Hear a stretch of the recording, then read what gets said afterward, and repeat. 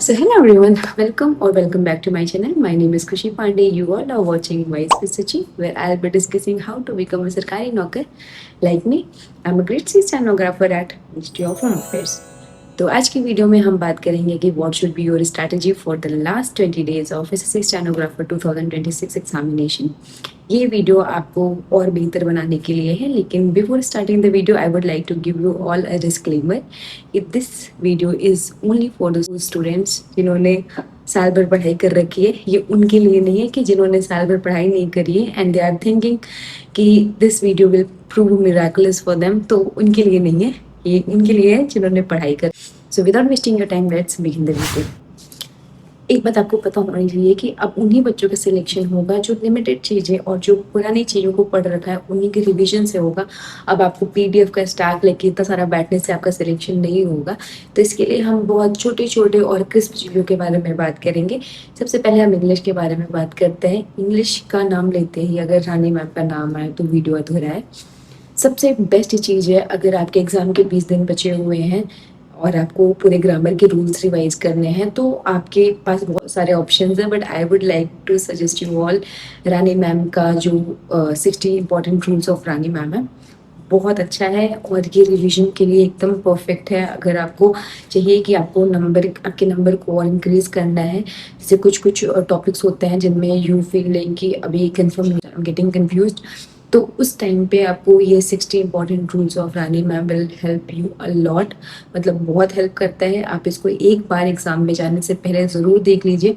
दूसरी इंपॉर्टेंट चीज़ है कि जितने भी लास्ट ईयर में एरर्स कराए हुए हैं वो आपको ज़रूर करके जाना है। आप देखेंगे, आप इस टाइम किसी भी टीचर को फॉलो कर रहे होंगे तो वो आपको ज़रूर वीडियो बना के बता रहे होंगे ये कहाँ से एरर्स करने, मतलब कौन से पीवाईक्यूज आए हुए हैं, वो 100% सॉल्व करा रही हूँ। क्योंकि मैं अभी पढ़ाई नहीं कर रही हूँ, but still I am seeing कि बहुत सारे टीचर्स ने वो वीडियोस बना के रखे हैं। तो आपको क्या करना है कि बस जाके यूट्यूब पे सर्च कर दीजिए कि PYQs of English for SSC examination, SSC CGL CPO किसी का भी हो, आपको बस वो करके जाना है। ट्रस्ट मी, पीवाईक्यूज बहुत हेल्प करते हैं। वोकैबुलरी के लिए आई वुड सजेस्ट कि आपके पास अब समुद्र मंथन के लिए टाइम नहीं रह गया है, तो आप जितने भी रिसेंट एग्जाम्स में पूछे गए हों, मतलब जितने भी पीवाईक्यूज में पूछे और मोस्ट रिपीटेड पीवाईक्यूज, वही करना है। अब ये नहीं कि आप A to Z पूरे सीरीज लेके बैठ जाए, this will be very long and time taking, तो आपके लिए थोड़ा सा मुश्किल होगा। इससे बेहतर है कि आप जितने भी पीवाईक्यूज, इसके लिए सेम प्रोसीजर है कि आप यूट्यूब पे जाके एक बार सर्च करें कि मोस्ट रिपीटेड वोकैब्स इन एसएससी एग्जामिनेशन, तो वहाँ पे मिलियंस ऑफ आपके पास सजेशंस आएंगे। उसमें से आपको देखना है कि रानी मैम या फिर जिन टीचर्स का आप पढ़ते हो उनकी वीडियो देखें। इस टाइम पता है, अगर आपको मेरे हिसाब से मैं ढूंढती रहती थी कि कौन सा वीडियो कौन से टीचर नया बना रहे हैं। पता है, इस टाइम सबसे अच्छा कंटेंट आपके पास आता है। मैं देख रही हूँ कि परमार सर के चैनल्स पे भी बहुत सारे वीडियोस ऐसे आए हुए हैं जो उन्होंने बता रखे हैं कि एसएससी मतलब स्टेनोग्राफर के लिए ये वाले पीवाईक्यू सॉल्व करिए। उन्होंने खुद से ही कराया है। तो आप ना ऐसे ऐसे जिन टीचर जिन मतलब चैनल्स पे आपको विश्वास हो, आप उनका देख लीजिए। कॉम्प्रिहेंशन के लिए I would not suggest this time कि आप कोई ऐसा बैच लें या फिर अब करने जाएं। आपके लिए सबसे ज़्यादा ज़रूरी है कि आप प्रैक्टिस करें, थोड़ी सी समझ बिल्ड करें। इसके लिए ज़रूरी है कि आप मॉक्स दें।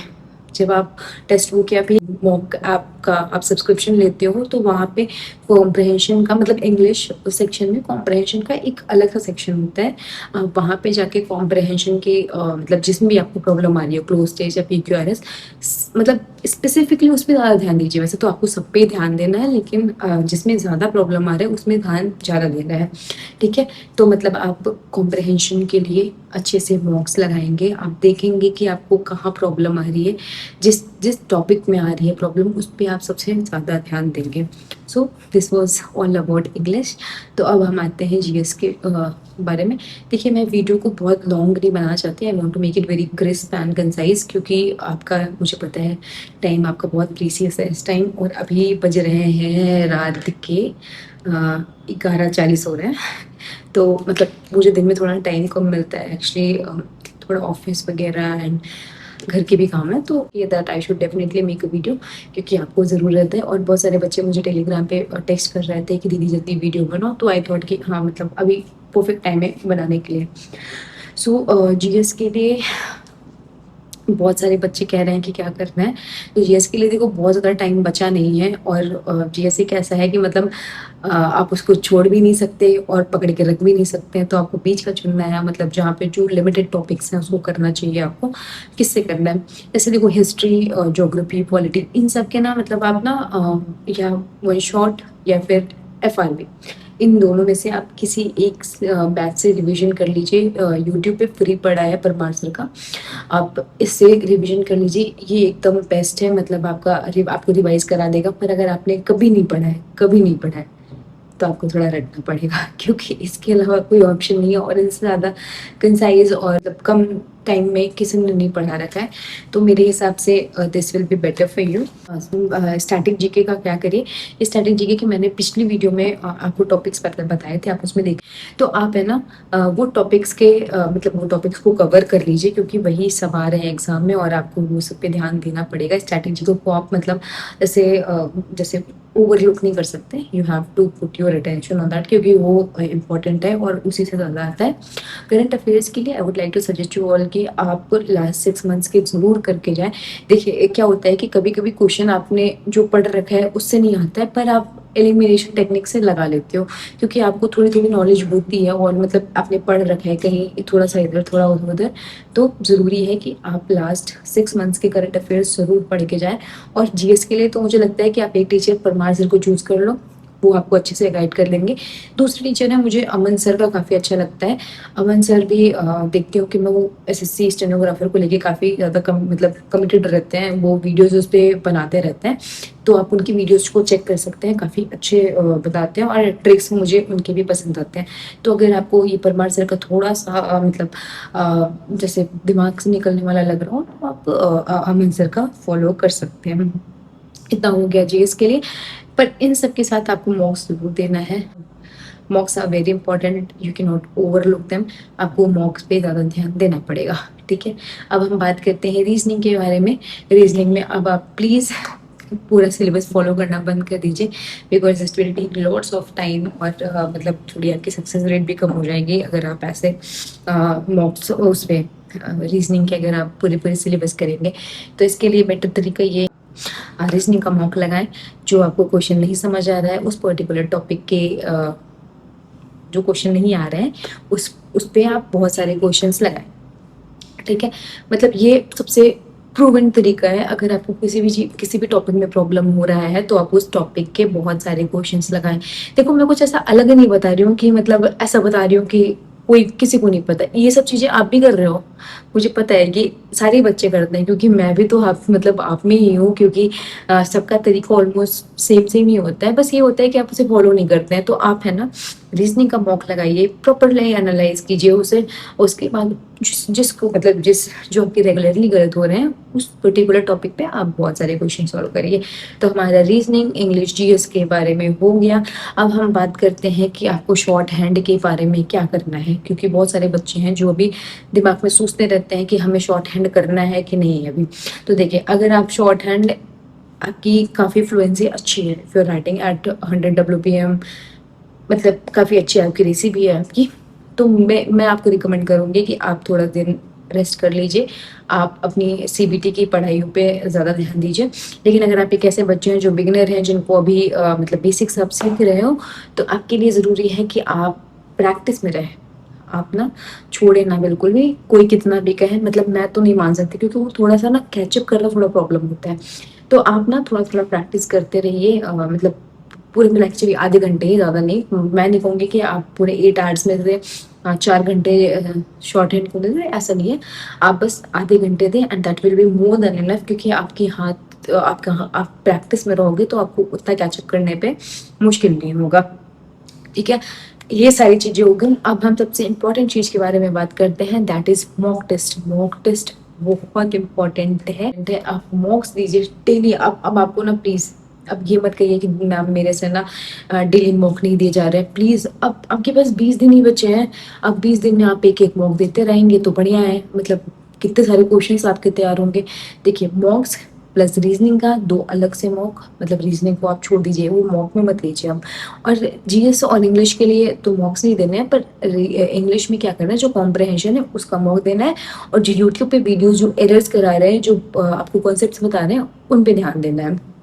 तो आप क्या करेंगे कि आपने जितना भी पढ़ाई कर लिया है आप वो ठीक है, लेकिन सबसे ज़्यादा आपको ध्यान रखना है अभी मॉक्स पे।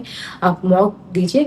अब पता है ना, वो उसमें मॉक देने से आपको ये चीज़ पता चलता है कि मुझे ये टॉपिक भूल रहा है, मतलब मैं इसमें कंफ्यूज हो रहा हूँ, तो आप ना उसको फिर से रिवाइज कर सकते हो। तो मॉक्स देने का यही फ़ायदा है, और उसको प्रॉपरली एनालाइज कीजिए।